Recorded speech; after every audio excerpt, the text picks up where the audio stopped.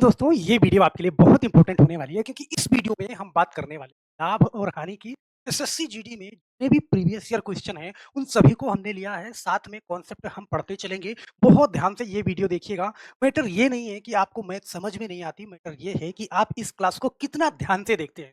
Guarantee है हमारी, आपके दिमाग में छाप देंगे। बस ये वीडियो लास्ट तक देख लीजिएगा, फिर आप मैथ कितनी भी कमजोर है आपकी, इससे कोई फर्क नहीं पड़ता। तो चलिए फटाफट से आज की वीडियो की हम शुरुआत करते हैं। और सबसे पहले आप जानते हैं कि आप लोगों का कमेंट लेना तो हम बिल्कुल नहीं भूलते, जो आप लोग पिछली वीडियो में दिए गए सवाल पे किया करते हैं। तो पिछली वीडियो का जो दिया गया सवाल था हमारा कि 2500 रुपए में एक वस्तु को बेचने पर 500 रुपए का लाभ होता है, तो लाभ प्रतिशत आपको यहाँ पे बताना था। बहुत सारे लोगों ने बिल्कुल सही जवाब दिया है। यहाँ पे निरंजन वर्मा जी, मानसी गुप्ता, निशा कुमारी, मोहम्मद अंसारी, रागिनी वर्मा, गुलफाम, परवीन और हर्षित गोविंद प्रजापति, राजन कुमार, संजय देव और आराध्या, संजय चौहान, आदर्श गौतम और विक्रमजीत जी। तो आप सभी लोगों का बहुत बहुत धन्यवाद। हर वीडियो के लास्ट में एक क्वेश्चन जाता है, उसका सही जवाब देने वाले का कमेंट हम जस्ट अगली वीडियो में ले लिया करते हैं। तो चलिए फटाफट से आज की वीडियो की शुरुआत करने से पहले थोड़ी सी चर्चा हम कर लेते हैं लाभ और हानि की। आज का जो टाइप हम पढ़ने वाले हैं, दूसरा टाइप है खरीद और बिक्री से संबंधित मूल्य।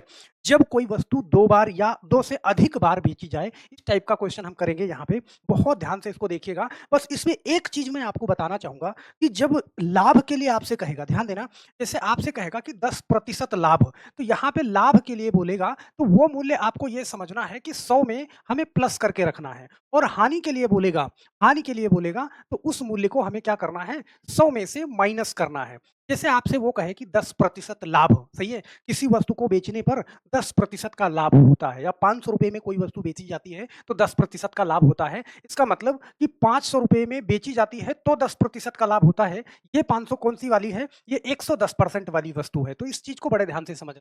या फिर आपसे कहे कि 500 रुपए में बेचने पर 20% की हानि होती है, का मतलब कि ये जो 500 हो जाएगा वो 20% हानि वाला, मतलब 80% वाला मूल्य हो जाएगा। तो बस इतनी सी बात आप ध्यान में रखेंगे, सारी कहानी आपको समझ में आएगी। तो चलिए फटाफट से आज का हम पहला क्वेश्चन लेते हैं। बहुत ध्यान से देखिएगा, पहले इत्मीनान से ये क्वेश्चन पढ़ लीजिएगा, क्योंकि आप परीक्षा में जब कोई चीज़ हल करते हो तो वहाँ पे जल्दबाजी होती है। जब क्लास में आप कोई चीज़ सीखते हो तो पूरी स्थिरता से सीखा करो, कोई जल्दबाजी नहीं। एक बार आपके दिमाग में घुस गया, वो लाइफ टाइम याद रहेगा, रटना नहीं पड़ेगा आपको। यहाँ पे क्वेश्चन है कि एक व्यक्ति को 85 रुपए में 50 जूते बेचने पर 15% की हानि होती है। मतलब 85 रुपए में वो 50 जूते बेच रहा है और 15% की हानि हो रही है।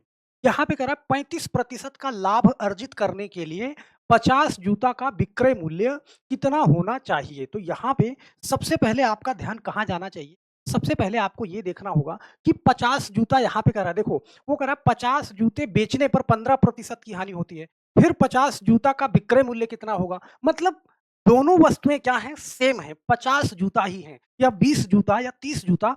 अगर यहाँ पे दोनों वस्तुएं सेम होंगी, फिर आपको उन वस्तुओं से कोई लेना देना नहीं है। बस यहाँ पे देख लेना, 85 रुपए में 50 जूते बेचने पर 15% की हानि होती है। ध्यान देना, ये जो 85 रुपया है, ऐसे समझना, 85 रुपए में 15% की हानि हो रही है, जो 50 जूता बेचा जा रहा है। तो ये 15% की हानि, हमने कहा जो हानि होगी तो आप 100 में से माइनस करोगे। तो 100 में से माइनस करोगे तो ये 85 रुपया जो है ये कितने प्रतिशत वाला हो जाएगा। आप कहोगे सर ये 85% वाला हो जाएगा, क्योंकि 15% की हानि हो रही है, तो यहाँ पे मैंने 100 माइनस 85 करा। अब आपसे कह रहा है कि 35% का लाभ अर्जित करने के लिए 50 जूता का विक्रय मूल्य क्या होगा। तो यहाँ पे ध्यान देना, जब हम यहाँ पे 100 लिखेंगे तो उसका क्रय मूल्य आएगा जितने की वस्तु होगी।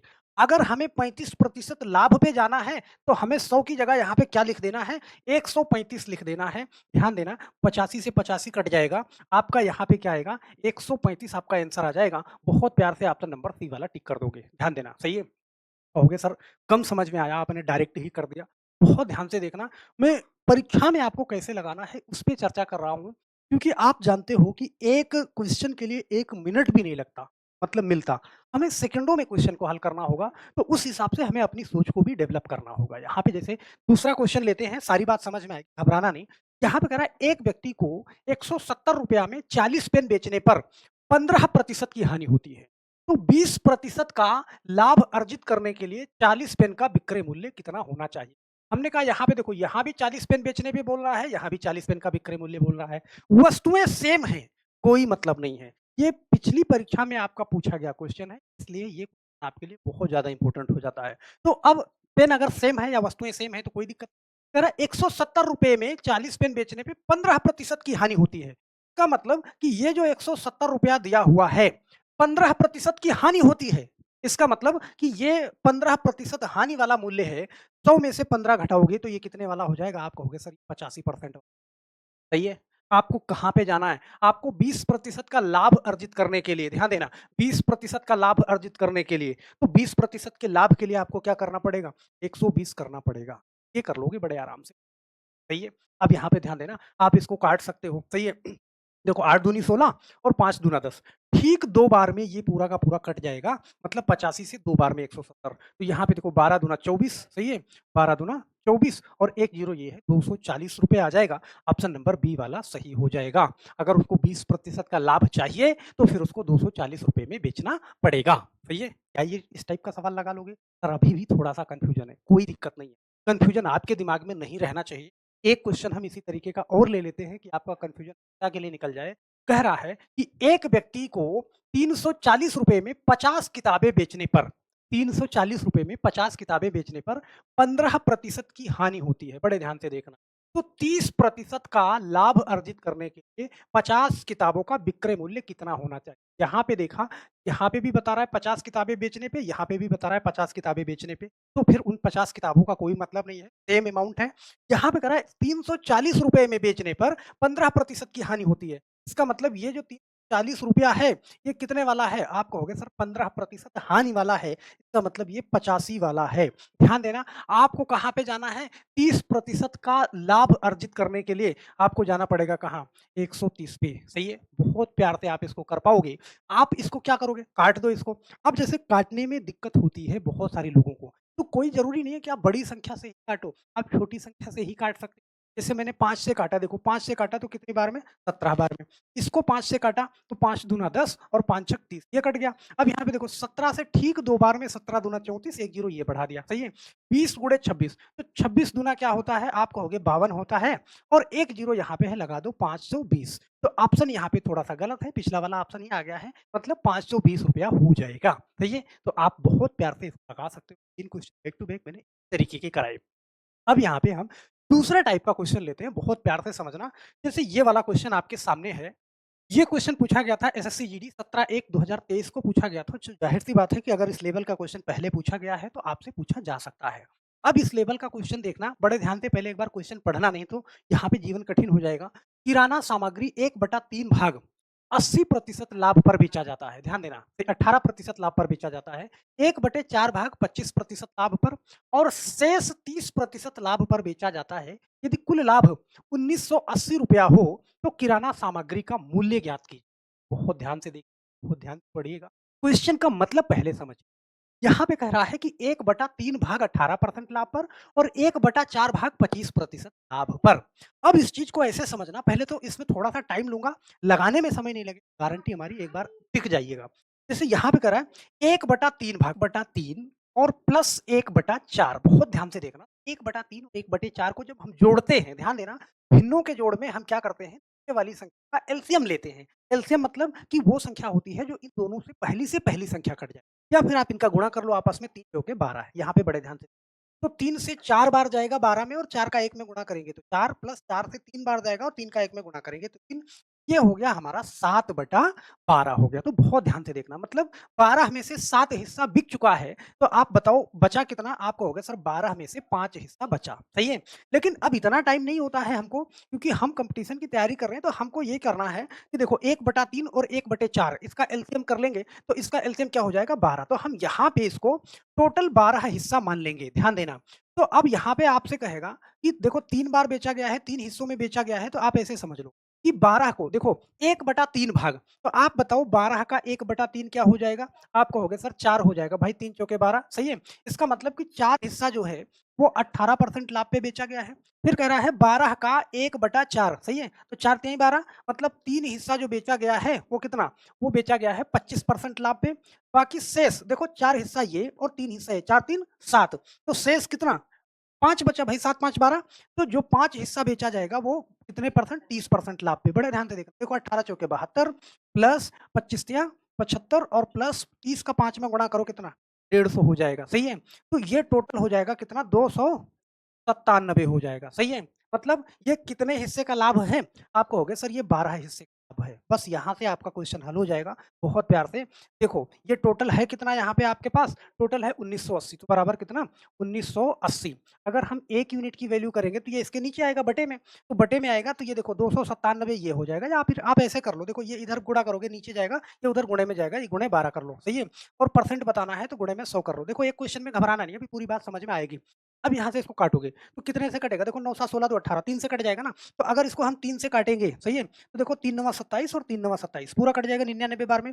9 8 17 1 18 ये भी 3 से कट जाएगा। देखो 3 6 18 और फिर 3 6 18 ये 660 हो गया। 3 से हम फिर काट दें या 11 से काट दें डायरेक्ट, तो देखो 11 छंग 66 और ये 0 60 बार और 11 नवा 99 ये कट गया, सही है?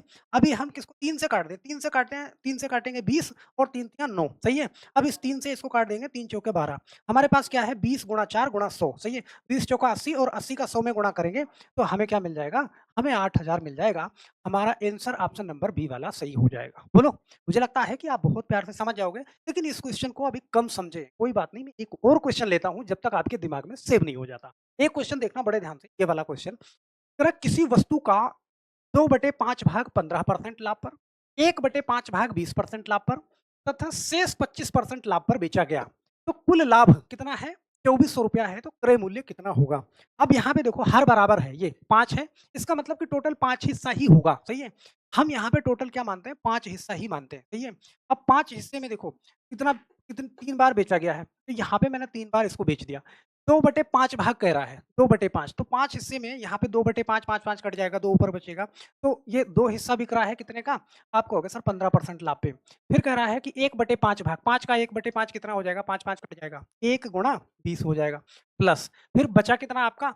अब देखो 2 हिस्सा ये और 1 हिस्सा ये, 5 में 3 हिस्सा बिक गया, बचा कितना? आप कहोगे सर 2 हिस्सा।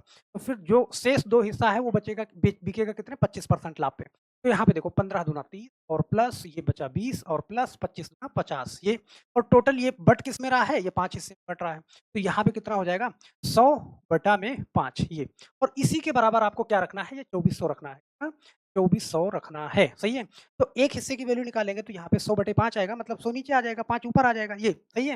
मैं उसी तरीके से लिख रहा हूँ कि आपको कन्फ्यूजन ना हो, क्योंकि हर बार ये कटता नहीं है। यहाँ से काटोगे तो ये 20 बार में कट जाएगा पूरा, लेकिन मैं इसलिए ऐसे लिख रहा हूँ कि आपको ध्यान रहे, जब ना कटे तो आप ऐसे लिख लो। और अभी प्रतिशत, अभी गुणे में आपको क्या करना है? 100 करना है, क्योंकि मूल्य निकालना है। तो देखो 100 से 100 कट गया, 24 पंचे कितना? 120, ये हो गया हमारा 12,000, ऑप्शन नंबर सी वाला सही हो जाएगा, सही है? तो थोड़ा-सा कन्फ्यूजन आपके दिमाग में रहेगा, इसलिए मैंने एक क्वेश्चन आपको दिया है कि ये अपने आप से कर लेना, हो सकता है आपको समझ में आ जाए अच्छे से।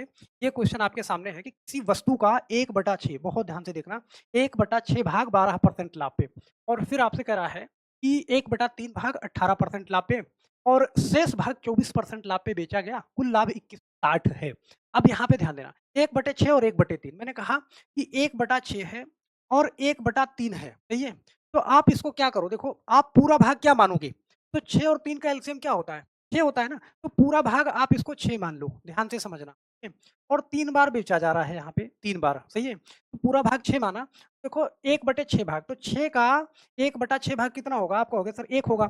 यहाँ पे 1 हिस्सा बेचा गया कितने? 12% लाभ पे, प्लस वो फिर कह रहा है 1/3 भाग, तो 6 का 1/3 भाग कितना होगा? आप कहोगे 3 गुना 6, मतलब 2 हिस्सा होगा, और 2 हिस्सा बिक रहा है कितना? 18% लाभ पे, प्लस फिर शेष कह रहा है, तो 1 हिस्सा ये, 2 हिस्सा ये, बिक गया। शेष बचा कितना? 3 हिस्सा बचा, बोलो, और 3 हिस्सा बचा तो यहाँ पे ये 3 हिस्सा बिकेगा कितना? 24% लाभ पे।